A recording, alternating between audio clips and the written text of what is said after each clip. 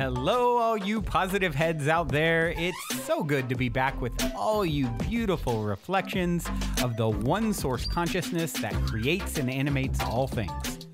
If you're new to this podcast, of course, we are super happy to have you here, and we just ask that you bring an open mind and heart to your listening experience and to be prepared to explore vantage points that I'm convinced will help shift or solidify your current understanding of the ultimate nature of reality in a way that is extremely empowering.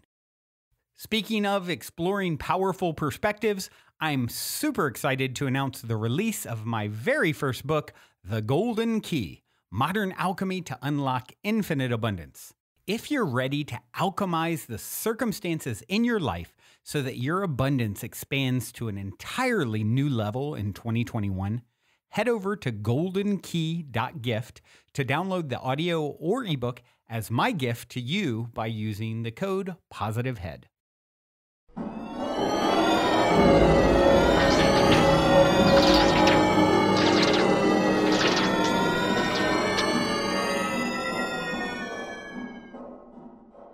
All right, all you positive heads, welcome to the show. So glad to be back here with you all again for another magical day in 3D. Hope you all are shining brightly wherever you are and making the most of your fleeting moments, really, right? This life is, it's really short when you think about it. If any of you that have children, think about that perspective that we have when we, it's one thing growing up, it seems like this long, drawn out process. But when you're watching it as a parent, it's like, whoa, weren't you just like crawling and now you're like asking for the car keys? It happens so quick, right? Our lives are a blip in eternity. And death is as much a part of life is, as anything, right? Everyone's going there. And we're going to talk about that more today. My last episode stirred up a little feedback, which is good, right? It gets us thinking, even if you don't agree with the concepts on the show all the time, getting us thinking and talking is the most important possible thing, right? And certainly the last episode did a little bit of that. And so I would like to continue and kind of dive a little deeper into the topic of death and so forth, because it is such a sensitive one for us all. But before I do, I would like to take a moment and read a review on iTunes. Very excited to see some feedback from a listener. And for those of you who haven't taken the time to give a review on iTunes, please do so. Helps us to reach new people. And we're doing a lot of that.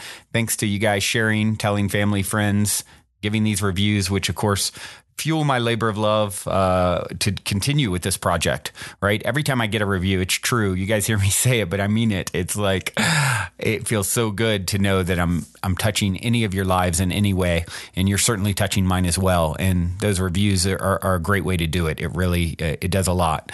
So let's see here. New review. This one's by Kindy Lou Hu. Oh, we have a Dr. Seussian on our hands. Soul Fam Home is the subject, and it says, Brandon, I love the new intro. I've been in my root chakra the past few days. When I'm there, I don't feel the flow of answers. I have had so much coming in recently and then cut off. I find myself wondering if I'm crazy and feeling scared. Then I hear the past 2 episodes. Really, I have been listening for almost a year now, and it never ceases to amaze me. Beyond that, I'm grateful for all your listeners and the Facebook page. I love all you guys out there. Hugs. That's where I feel so much connection. When I first started listening, I could only giggle to myself. Now I can share with the whole group.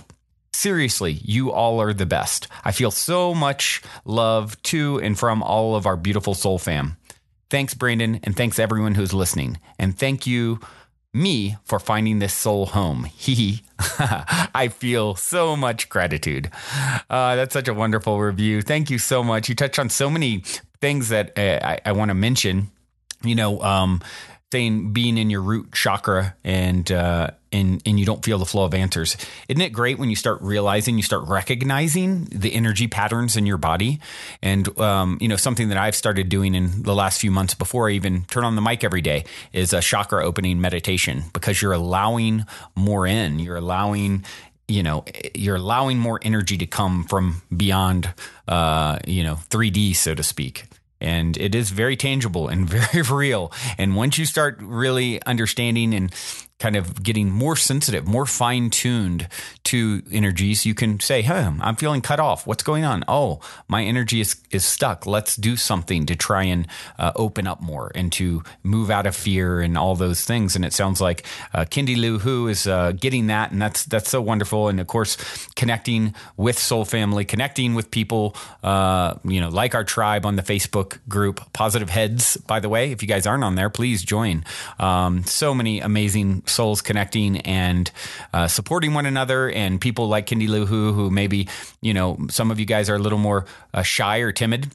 I guarantee you're going to feel comfortable as you sort of begin to spread your wings a little bit and connect with others and speak out. It feels really, really good. Life definitely begins outside of our comfort zone, guys. And so I encourage any of you that are just passively listening or passively watching on the Facebook page, speak up, connect, Not that you have to. It's fine if you don't, but it's really nice when you do. And life does indeed begin outside of our comfort zone. So, other than that, let's see here. Let's move right along.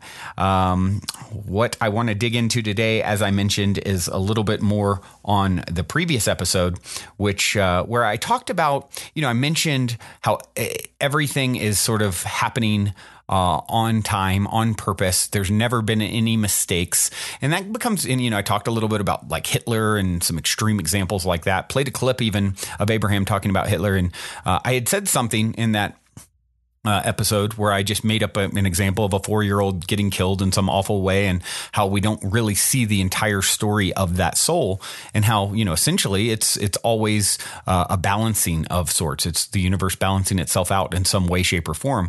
And I would, the universe balancing itself out sounds like it's happening to someone. I would say it's that soul balancing itself out, actually.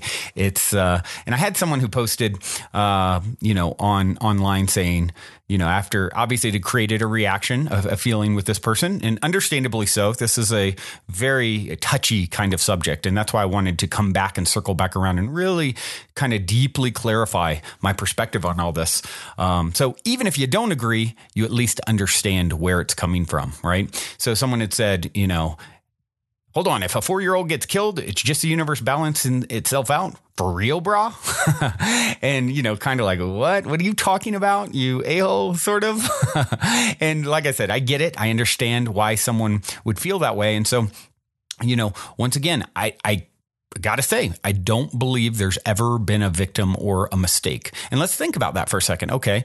We talk about source or God or higher self. What is source? What is God? We can think of it, God, and, that's sort of the religiously charged term for source, right? But you think of it being perfect. I always struggle with that, even with religion. It's like, hold on, God is perfect, but yet there's all these quote unquote problems, right? Are they really problems, or is our perspective the problem? Is it that we call it a problem or a mistake? I don't believe there's ever been a single mistake in all of eternity, and nor will there ever be. I believe it's always happening for us, not to us.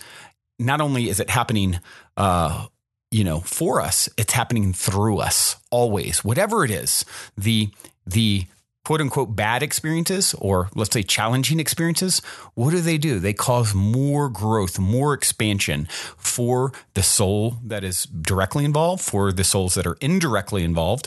It's always creating more expansion. When you're an eternal being that's always been and always will be, truly, nothing matters. We've just got this perspective. We think death is supposed to be this bad thing. I saw a meme the other day from an old movie, The Never-Ending Story, a great one. And it said a quote from that: "Nothing is lost. Everything is transformed." And that is truly the case. We can see it from an energetic standpoint when we look at science. Matter, can't be created or destroyed. It changes states. It's exactly what happens with us. Nothing is ever lost. Well, what is the idea, our view of this death thing that, by the way, everyone's going to experience, yet we've got this very unhealthy relationship with it, this unhealthy perspective. It's not truly a losing. We believe it's a losing. That's our perspective is askew. It's off, and understandably so. It's the unknown, right? Life happens outside of your comfort zone, right? So I heard it put a long time ago.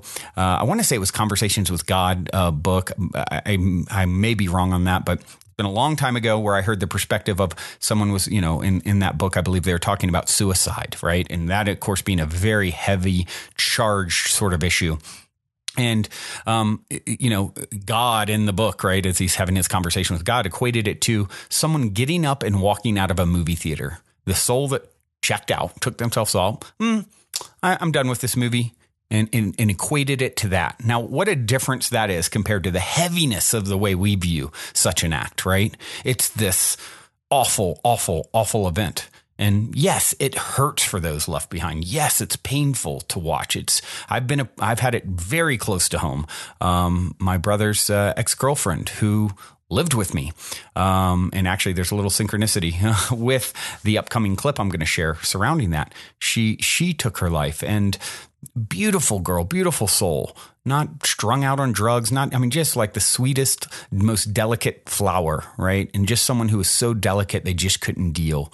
And, took herself out, and it almost destroyed my brother. So I've experienced that sort of thing firsthand. What did she do? Do I believe she walked out of the movie theater? She had had enough of this story.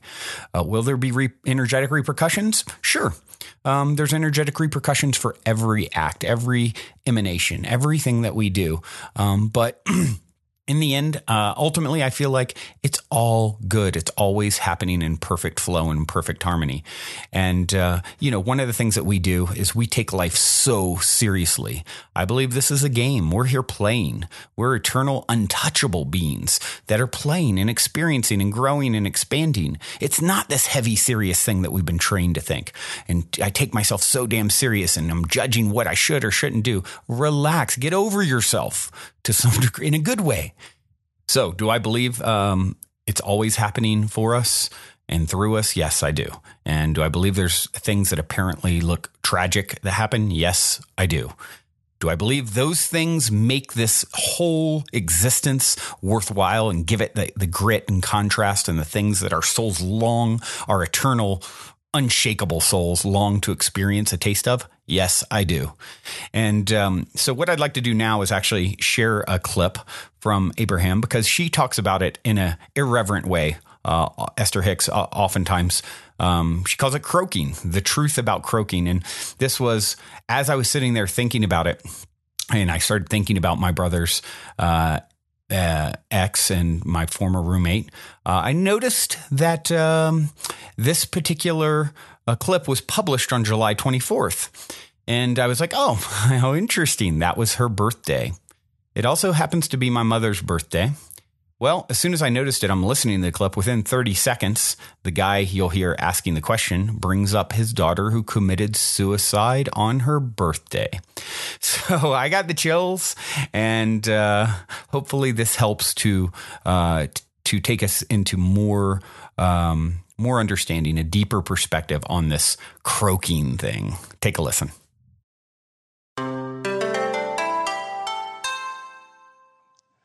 I'm so glad to be here, and I'm so glad you called on me. I've been thinking about this for years. Actually, this... Unfortunately, you've used all your time. Okay, well, it's nice to see you anyway.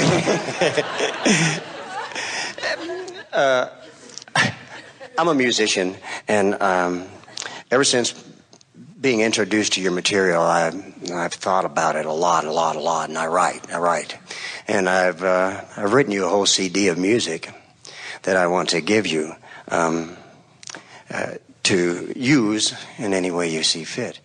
But that isn't the real reason. The real burning question that I have is, 6 years ago, my daughter... Inspired music is the best kind, isn't it? It is, and Abraham inspired me every time because I consciously connected with Abraham and other non-physical beings that wanted to write to create this music that expressed the ideas and the thoughts that from inside the vortex. From inside the vortex, exactly.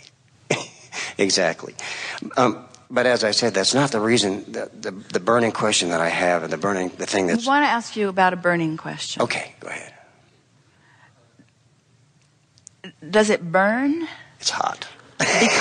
Because it's big and you're not in the vicinity of it.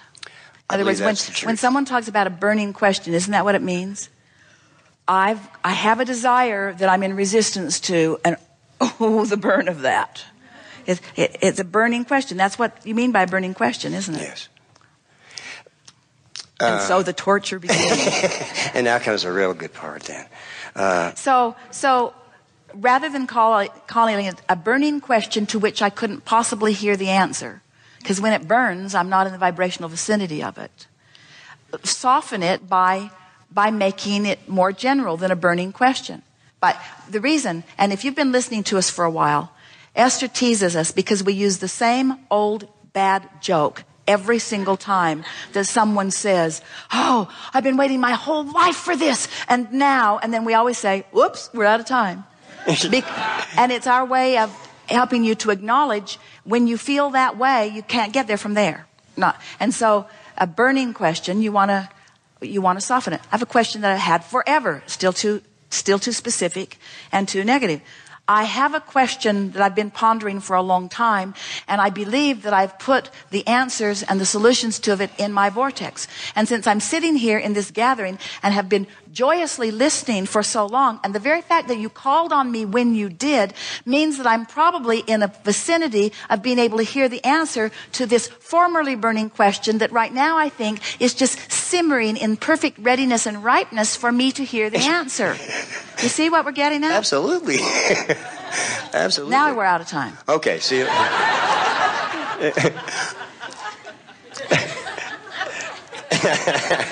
Well, you got me. I'm speechless, and that's rare. So lay it on us. Well, let us identify why it burns. Okay. When I started listening to your information, it was about 6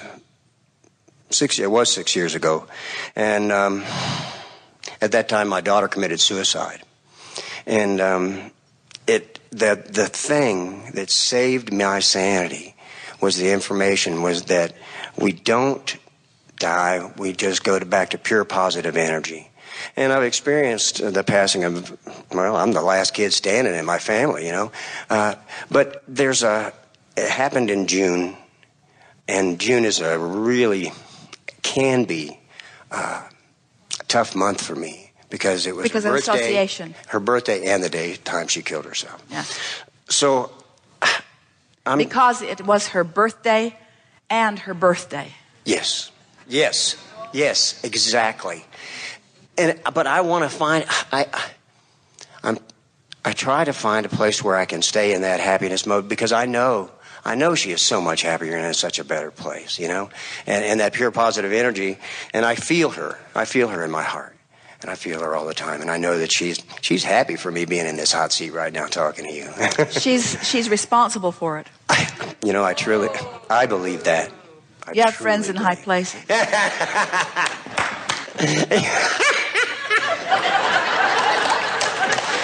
I got friends. So do you, conspiracy worrier.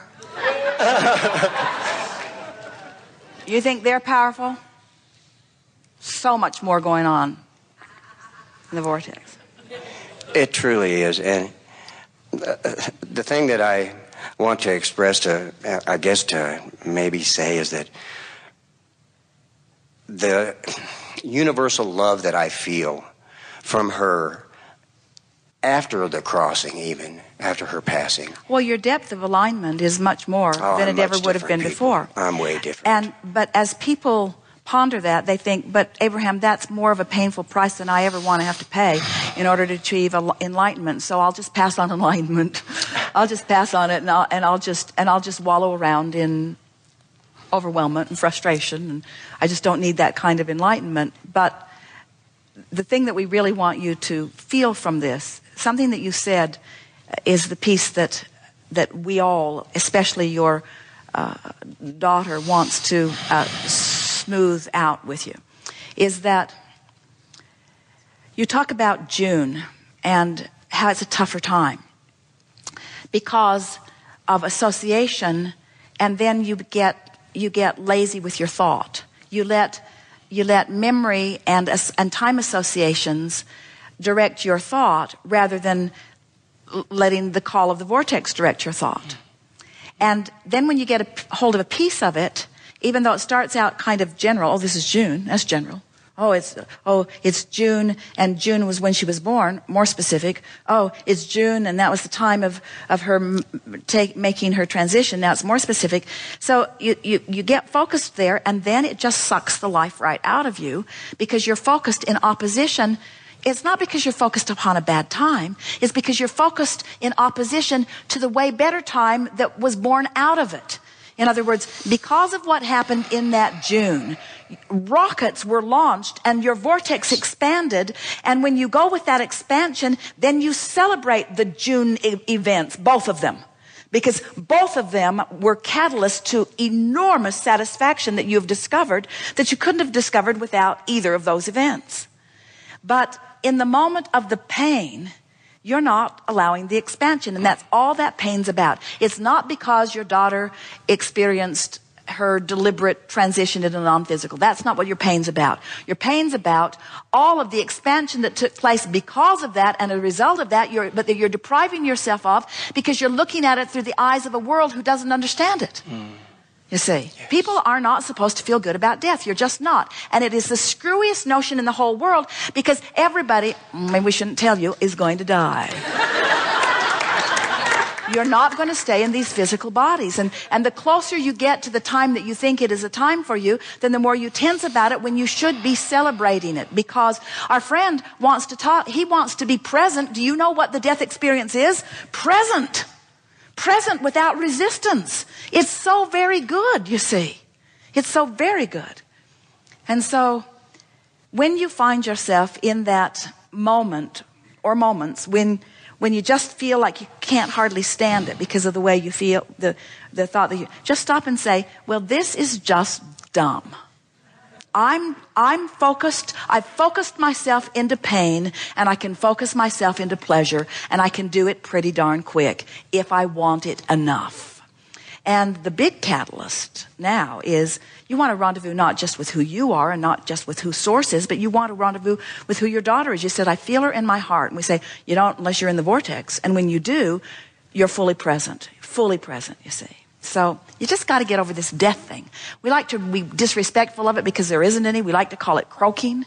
We like to mock you in your concern about it because you are eternal beings. You do not come to an end. You do not cease to be. You do not cease to be. And who you are in this vortex is so full and so present and so appreciative. And here's another thing. Oh, you're really going to like this. And we really like saying it to you. This is along the same conversation of the theory of the vortex, the concept of it, and the fast on the heels manifestation. In other words, it's so lovely when you do the vortex work, which affects the manifestation, and now you can observe the manifestation, which makes it easier to do the vortex work. So you do the vortex work, which affects the manifestation, and now watching the manifestation makes it easier to do the vortex work. So there's just this cycling. It's like getting on a real roll. Hello. It's like getting on a real roll where it just gets better and better and better and better. Not ethereal, not fairy dust, not conceptual, not intangible, but tangible, manifestational. In other words, it translates into all of this.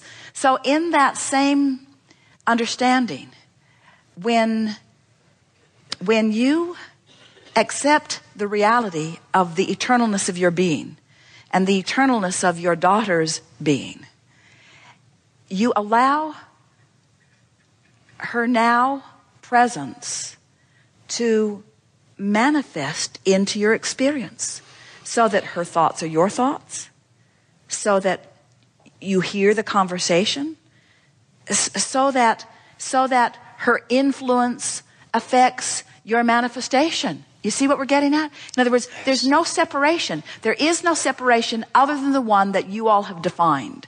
And you define it for logical reasons. There are obvious beginnings and endings to your physical experiences. You have the birth experience and you have what you call the death experience.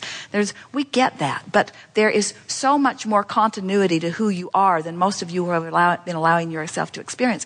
And those like you who have been sitting and listening to us so patiently, even eagerly, for hours on end, talk about the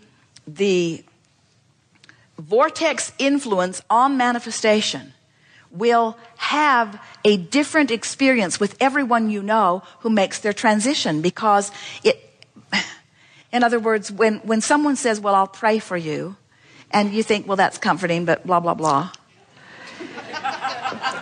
Or, in other words, there's a difference between the idea of something and the actual vibrational effect of something, you see. And the actual vibrational effect of it is a manifestation. So what we're saying to you is, those who make their transition don't go into non-physical oblivion where you don't have access to them. If you're in the vicinity, you have greater access to them than you've ever had. And you can rendezvous with them in meaningful ways, just like you're rendezvousing with meaningful flight attendants or meaningful people along the way. So there's no separation. Good time. Thank you for a segment so of refreshment.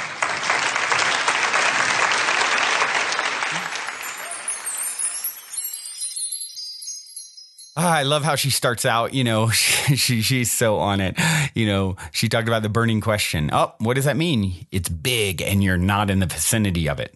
I have a desire that I'm in resistance to. When it burns, I'm not in vibrational vicinity. Soften it by making it more general. So a lot of what she's doing here, if you guys listen back to the episode with Mark England, Procabulary, right? Abracadabra, as I speak, I create. That's what she's talking about here. It's like, it is choosing your words and your story more effectively in a way that creates a different vibration. Notice what you're saying, guys, all the time, every day. I'm trying to do this. Don't try to do anything. Get into vibrational alignment with it. I am this, and I look forward to the manifestation in my reality in the future. I feel it now, right? Instead of trying or maybe, could be, all this soft vocabulary, I think, as Mark calls it. I forget exactly how he refers to it, actually. But listen back to that. Anyway, that's a little tangent, because then she gets into all the death related stuff. And what did she point out about this awful story, right? From our limited perspective. Actually, this guy is now more in alignment because of the suicide. It led him to finding the truth of what's going on, right? And he acknowledged that. Abraham acknowledged that. What happens is when he started talking about how every June it's really hard for him, right? Well, what is he doing? What story is he telling? Well, he was focused in opposition to the better things that happened out of it. So tell the story differently about the rockets of desire that were launched because of the experience. It was a catalyst. How often do you see something tragic happen and then that person, you've seen it a lot of times, especially with parents and child, their children, something happens to the child and the parent becomes now sort of a activist for that particular thing. It becomes their cause to make sure that sort of thing doesn't happen to someone else's child. And it leads to purpose in that soul's story. And because they really never leave each other, right? That's one of the things she talked about. When you accept the eternalness of your being, you allow you allow the presence of that soul that's crossed to manifest into your experience. Their influence affects your experience the same way the flight attendant does, right?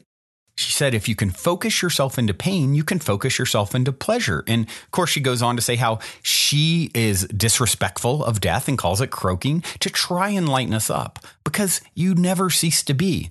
We've been charged that this is something, as she said, not feeling good about death is the screwiest notion in the world. It's, as she put it with the girl, hey, it was her birthday and her birthday. Why? Because when you're born to this dimension, you actually are detaching from the one we all came from, right? And when you die here, you're born again into the dimension from which we originally came from. That's actually more of our home. This is the vacation. This is the movie that sometimes people get up and walk out of in very abrupt, dramatic fashion, right? That can be shocking to those of us left behind and painful, especially when our perspective is of eternal loss. There is no eternal loss. We only can take vacations from one another. You are stuck with me forever is what that means.